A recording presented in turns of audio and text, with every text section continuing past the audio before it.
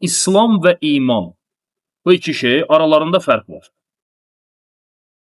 Çünki din 3 mərtəbədən ibarətdir. Birinci mərtəbə nədir? İslam mərtəbəsi.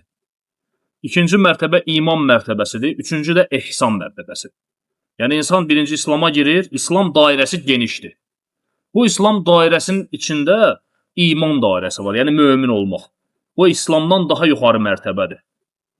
Və bundan daha yüksək mərtəbə də nədir? İhsan mərtəbəsidir ki, o da Allaha elə ibadət edirsən ki, sanki Allahı görürmüş kimi.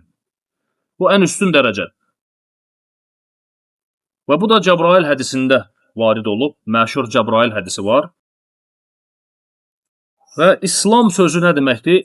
Təslim olmaq, zahirdə təslim olmaqdır deyir. İnsan zahirdə müsəlman olur. Ola bilər münafiqdir. Ola bilər batində, yəni daxildə iman gətirməyib. Küfrü gizlədir. Bu adam münafiqdir. Amma İslamı izhar etdiyi üçün zahirdə bunu nə sayırlar? Müsəlman. Bununla müsəlman müamiləsi aparılır. Hətta münafiq olsa belə. Çünki münafiq hökmü vermək çox çətindir birinə. Kafir hökmü vermək çətindir. Şərtlər var, maniyələr var. Bunlar tamamlanandan sonra kafir hökmü verə bilirsən. Amma münafiq hökmü vermək bu daha çətindir.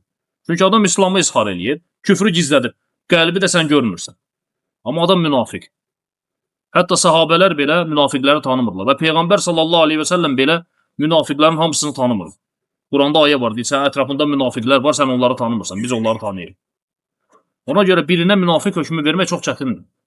Çünki qəlbi məsələdir. Ona görə nədir? Müsəlman kimi müamilə aparılır şəriətdə.